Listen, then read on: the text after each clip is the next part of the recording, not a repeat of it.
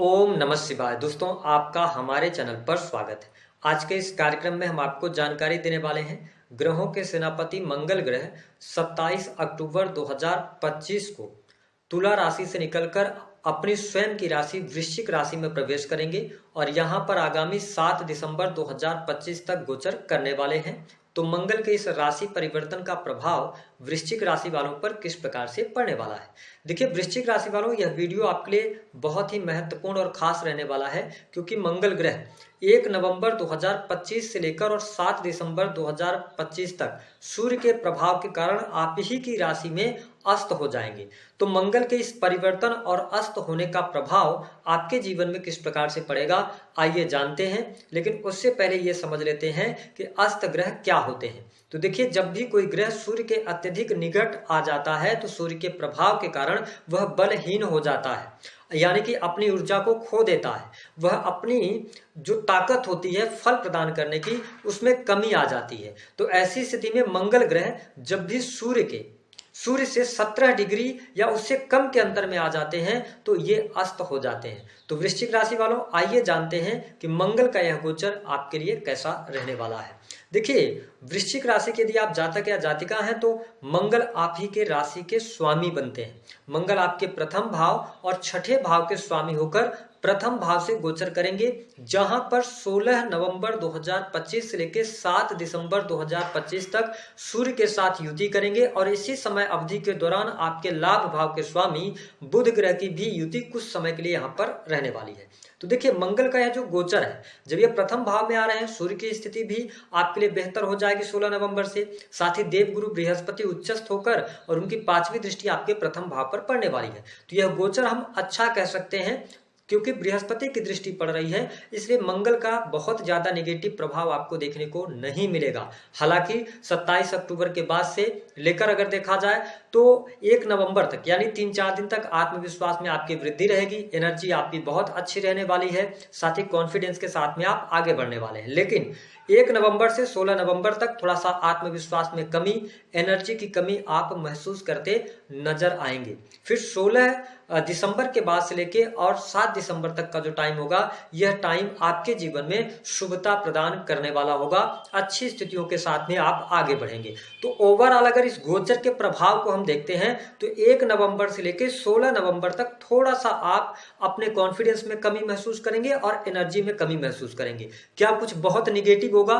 बिल्कुल ऐसा नहीं होगा। हाँ, 1 नवंबर से लेकर 16 नवंबर तक यदि आप कोई डिसीजन लेते हैं तो उस पर थोड़ा सा ध्यान रखिएगा। विशेष तौर पर धन से संबंधित मामले या दाम्पत्य जीवन से संबंधित मामलों को लेकर या जमीन जायदाद से जुड़े जो भी कार्य आप कर रहे हैं, उस पर डिसीजन लेने से पहले थोड़ा सोच विचार किया जाए तो मंगल की स्थिति आपके लिए बेहतर रहने वाली है। जैसा कि आप सभी जानते हैं कि मंगल को ऊर्जा, शक्ति, साहस, पराक्रम, छोटे भाई बहन, जमीन जायदाद, वाद विवाद, लड़ाई झगड़े, चोट चपेट, दुर्घटना, आगजनी और इसके साथ ही अगर देखा जाए तो सेना, पुलिस, आर्मी, है ना, इन सभी चीजों का कारकत्व मंगल के पास है। जो हमारे शरीर में ब्लड है वह भी मंगल का ही कारकत्व उसमें होता है। तो आप देखें कि मंगल जब प्रथम भाव में आ रहे हैं तो स्थितियों को बेहतर करेंगे, कोई बहुत ज्यादा निगेटिव स्थिति नहीं बनेगी। मंगल की जो चौथी दृष्टि है वह आपके 4th हाउस पर पड़ेगी। इस समय अवधि के दौरान निश्चित तौर पर आपके पारिवारिक माहौल अच्छा रहेगा। हालांकि राहु पर दृष्टि रहने वाली है तो छोटे मोटे नोक झोंक होंगे, लेकिन मंगल की जो चौथी दृष्टि होती है ये सदैव प्रोटेक्शन का काम करती है। तो ऐसी स्थिति में यदि आप कोई जमीन, वाहन, मकान से संबंधित कार्य करना चाहते हैं तो आप कार्य कर सकते हैं। लेकिन 16 नवंबर के बाद अगर कार्यों की तरफ आगे बढ़ेंगे तो आपके लिए अच्छा रहेगा। मंगल का यह गोचर आपके जीवन में सुख समृद्धि अवश्य लेकर आने वाला है। साथ ही माता जी के साथ संबंध अच्छे होने वाले हैं और आप देखेंगे कि वृश्चिक राशि वालों, इस समय अवधि के दौरान काफी ज्यादा आप इमोशनल रहेंगे अपने परिवार को लेकर, अपने माता पिता को लेकर, साथ ही अगर देखा जाए तो सुख सुविधाओं को लेकर। इस समय अवधि के दौरान कुछ आप इमोशनल होकर सुख सुविधाओं पर पैसा खर्च कर देंगे। कोई न कोई इलेक्ट्रॉनिक गैजेट्स, इन सभी चीजों पर भी आपका पैसा खर्च होगा। तो मंगल का यह जो गोचर है यह आपके सुख समृद्धि के लिए अच्छा है। भूमि, भवन, वाहन, मकान से संबंधित, विशेष तौर पर भूमि से संबंधित कार्यों के लिए अच्छा रहने वाला है। यदि देखा जाए तो कोई कोर्ट कचहरी आदि का मामला चल रहा है विशेष तौर पर भूमि से संबंधित, तो स्थितियां आपके लिए बेहतर रहेंगी, आपको लाभ मिलेगा। मंगल की जो 7वीं दृष्टि का प्रभाव है, देखिए मंगल की 7वीं दृष्टि जहां पर पड़ती है, वहां पे टकराव की स्थिति ये पैदा करते हैं। तो ऐसी स्थिति में ये आपके सप्तम भाव को जब देखेंगे तो कहीं ना कहीं से दाम्पत्य जीवन में उठापटक की स्थिति बनाएंगे, क्योंकि सूर्य का भी प्रभाव रहेगा और सूर्य को भी ईगो का कारक कहा जाता है। तो वृश्चिक राशि वालों को विशेष तौर पर अगर देखा जाए तो 16 नवंबर से लेकर और 7 दिसंबर तक दाम्पत्य जीवन में सुखों की कमी नजर आएगी। पति पत्नी के बीच में अहम का टकराव हो सकता है, वाद विवाद की स्थिति बन सकती है। तो थोड़ा सा अपने दाम्पत्य जीवन पर आपको ध्यान देने की आवश्यकता रहने वाली है। पति पत्नी के बीच में अगर कोई मिसअंडरस्टैंडिंग हो रही है तो उसको सुलझाने का प्रयास करें। आवेग में आके, जल्दबाजी में आकर कोई बड़ा निर्णय ना लें। जिन लोगों के विवाह से संबंधित बात नहीं बन पा रही है तो इस समय अवधि के दौरान विवाह से संबंधित बात आगे बढ़ सकती है। स्थितियां आपके लिए बेहतर रहेंगी। जो लोग अपना बिजनेस व्यापार कर रहे हैं तो काम कारोबार में आपके लिए वृद्धि के योग दिखाई देते हैं। इस समय अवधि के दौरान भूमि से जुड़े हुए कार्य अगर आप करते हैं, मेडिकल लाइन से जुड़े हुए हैं, मेडिकल इक्विपमेंट का कार्य करते हैं तो आपको बहुत अच्छे लाभ मिलेंगे।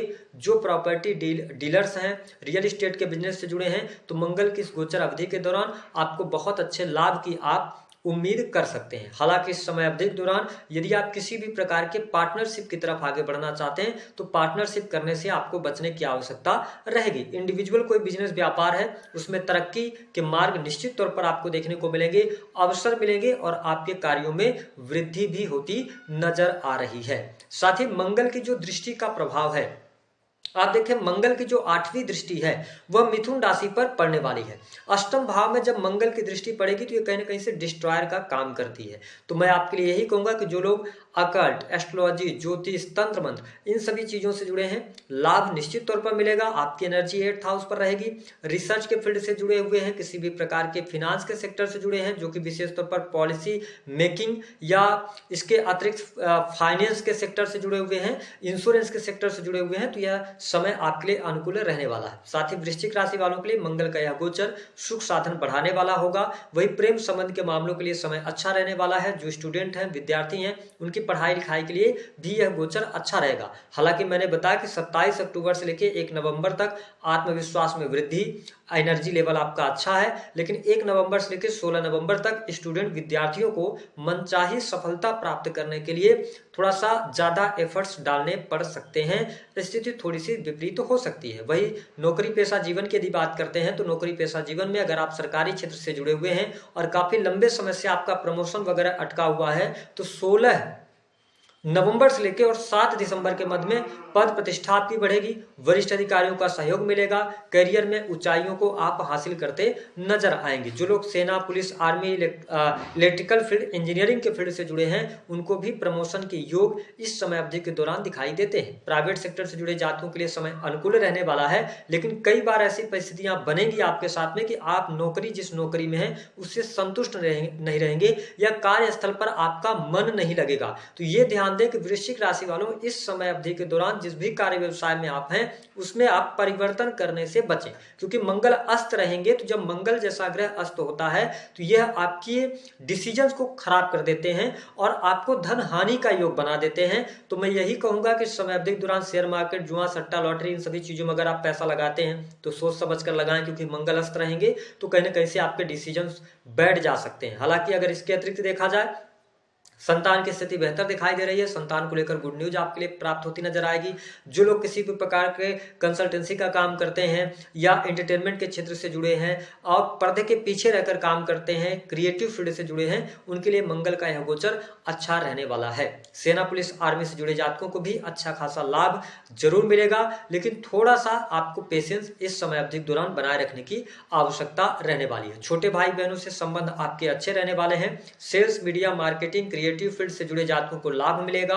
साथ ही इस समय अवधि के दौरान जो लोग टूर एंड ट्रेवल के कार्य करते हैं उनके लिए भी परिस्थितियां बेहतर रहने वाली हैं।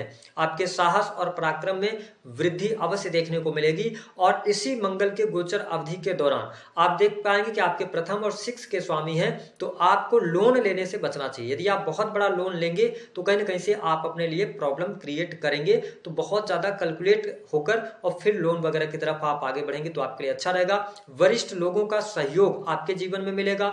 गुरुजनों का जो सहयोग है वह भी आपके जीवन में बना रहने वाला है। पिता की स्थिति बेहतर रहेगी।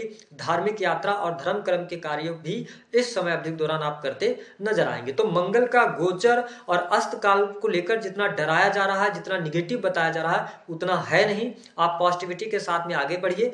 3 बातों को लेकर सावधानी रखनी है। पहली बात तो आप कोई बड़ा निर्णय ले रहे हैं, डिसीजन ले रहे हैं, तो उसको आप पुनर्विचार करें, 2 बार 3 बार सोच विचार करें, उसके बाद आगे बढ़ें। दूसरी स्थिति की वृश्चिक राशि वालों, इस समय अवधि के दौरान आपको बहुत बड़ा लोन नहीं लेना है। लोन लेने से आपको बचना है, क्योंकि मंगल अस्त है। इस दौरान अगर आप लोन लेंगे तो बहुत लंबे समय अवधि तक उस लोन से आपको परेशानी होने वाली है। तीसरी स्थिति की बात करें तो अष्टम भाव पर मंगल की दृष्टि है और सप्तम भाव पर भी मंगल की दृष्टि है। तो ऐसी स्थिति में ससुराल पक्ष के साथ आपके रिश्ते खराब होना या जीवन साथी के साथ रिश्ते खराब होना, जीवन साथी की जो वाणी रहेगी वह उग्र रह सकती है। तो यहां पर आप बहुत ज्यादा रिएक्टिव ना बने, क्योंकि देवगुरु बृहस्पति की हालांकि दृष्टि है मंगल पर, तो कुल मिलाकर स्थितियां आपके लिए बेहतर हो सकती हैं। थोड़ा सा अपने क्रोध पर आप नियंत्रण बनाए रखें। उपाय क्या करेंगे? उपाय के तौर पर हम यही कहेंगे कि कम से कम जैसे ही मंगल का गोचर होता है, जो पहला मंगलवार आता है, तो लाल रंग के धागे में लाल रंग के पुष्पों की माला आप बना लें और हनुमान जी को अर्पित करें। इसके साथ ही दूसरा जो उपाय रहेगा वह यह रहेगा कि आप हनुमान जी को कम से कम एक मंगलवार लाल रंग का चोला अवश्य उनको अर्पित कर दें। इससे भी आपको बेहतरीन लाभ मिलेंगे। दी गई जानकारी पसंद आए तो वीडियो को लाइक करें।